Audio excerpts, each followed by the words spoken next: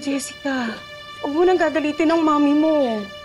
Ninang, tulungan niyo po kami na makaalis dito ni Dad, please. I'm sorry, inaanak. Pero hindi ko magagawa yun. May aaminin ako sa'yo. Best friend ko ang mami mo. Pero takot ako sa kanya. Buhay po. Ayoko nang magkwento. Pero yung mami mo, mabuting kaibigan yan. Pero masamang kaaway. Kaya niyang gumawa ng mga bagay na hindi mo akalaing magagawa niya. Kaya sundin mo na lang siya. Trust me, nakakatakot siyang kaaway. Kaya kung gusto mong mabuhay at gumaling ang daddy mo, obey me. Or else, magsisisi ka habang buhay.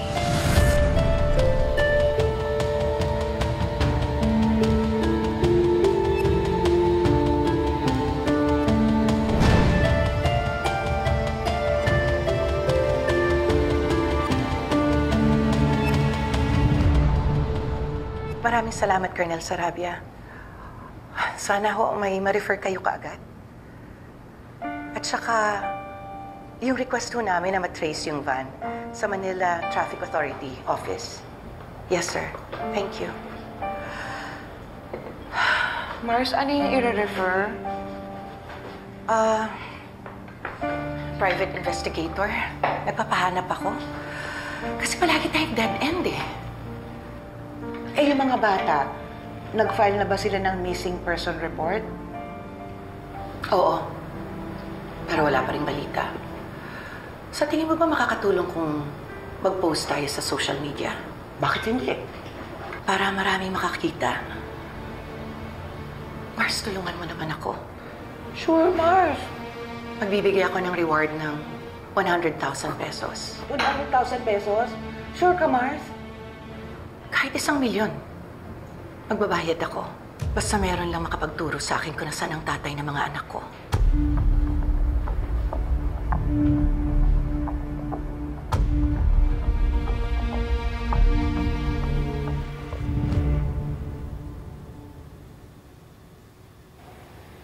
Ubusin niyo po yan, Dada, para lumakas po kayo. Gusto niyo po ba ng water or pagtimpla ko po kayo ng juice, Dad? Tubig na lang, anak. Okay po. Ay, Jessica, baka pwedeng tawagan mo si Pelma. Baka kasi nag-aalala na yun eh. Sorry, Dad. Wala po kasi talagang signal dito eh. Sa labas pa po, medyo malayo. But don't worry, dadalo naman po sila dito next week. Sabi ng mami mo. I was there po when she called Tita Felma. Ibig mo sabihin, nagsasabi ng totoo si Sid? Opo, Dad. Nagbago na po si Mommy. Alam niyo po ba, kahit tulog kayo, I even catch her just looking at you. Masayang-masaya po si Mommy na inaalagaan kayo, Dad. I even catch her just talking to you while you sleep. Lagi po siyang nagsusorry. Kaya po, I'm thinking na maybe we can be a family again.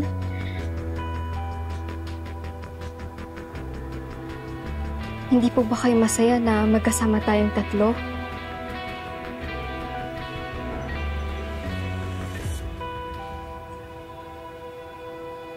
Siyempre, pag kasama kita, masayang-masaya ako, walang duda yun. Pero mas masaya talaga ako pag kasama ko si Tita Felma mo. Kuya ko Jeffrey, si Ate Colleen. At siyempre, sana, si Ate Andrea mo. Naalala mo ba nung sabay-sabay tayong kumain? Anak, tama na. Last na. Sobra na yan. Baka mamaya, mas spoiled na ako niyan, ha? Tay, salamat ha. Sa pagligtas nyo sa akin, kahit alam nyo mapapahamak kayo. Yun talaga yung pinakamasarap tsaka pinakamasayang almusal ko simula nung umuwi tayo ng Pilipinas. Lalo na siguro kung nandun si Ate Andrea mo, ano? Nagkataon buo na yung pamilya ko.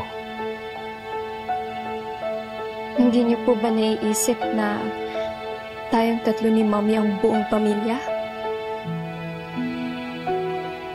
Anak. Sorry, pero di talaga eh. Ayaw mo nagparamdam sa akin na pamilya ko sila.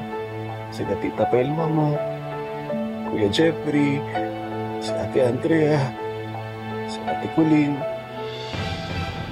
Siyempre ikaw. Kaya nga,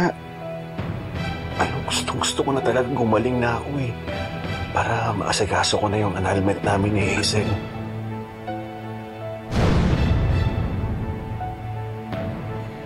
No, Manuel. Walang annulment na magaganap. Wala.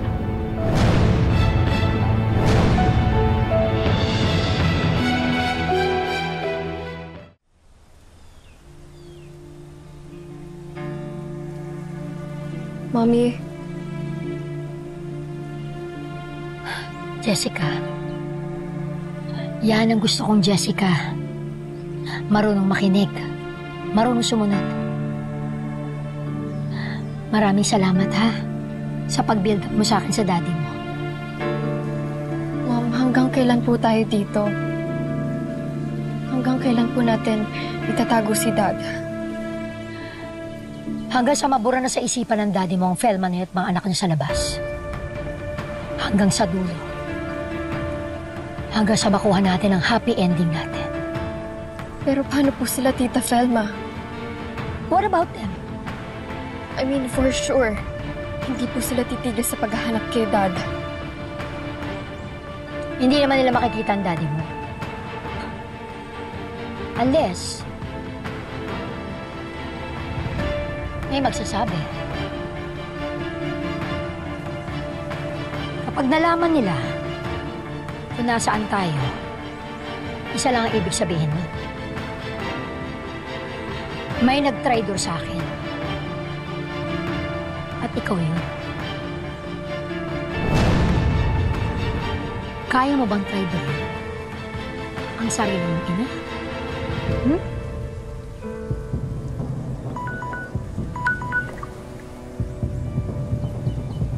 Ano na naman tong pinorward na link ng ninang Alice mo? Oh well, good luck na lang sa inyo kung malaman niyo kung nasa si Manuel.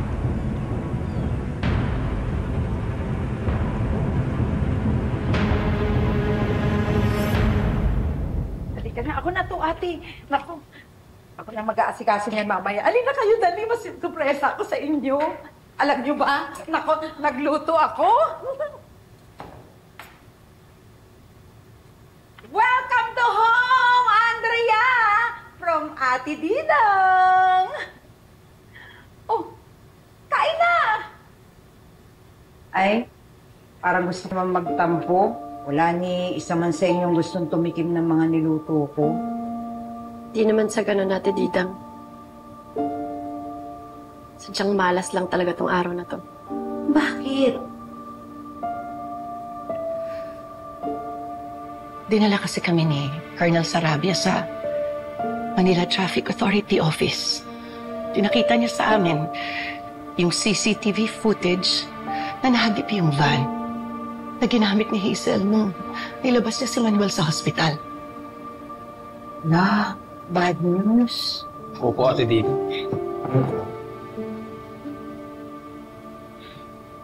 Alam mo, kriminal yung kakontsaba ni Hazel eh. Alam niya yung mga kaling walang CCTV eh. Pero mo sa highway galing hospital, doon lang sila nahagip. Tapos pagliko sa kanya, hindi na nakagilap. May kita pa ba natin si tatay? Kamusta na kaya siya? Ako galit na galit ako dun sa demonyong Hazel na yan. Pero sana naman, di ba? Sana hindi niya pinapabayaan si tatay. Ito naman si Jessica, I'm sure hindi niya pababayaan si tatay.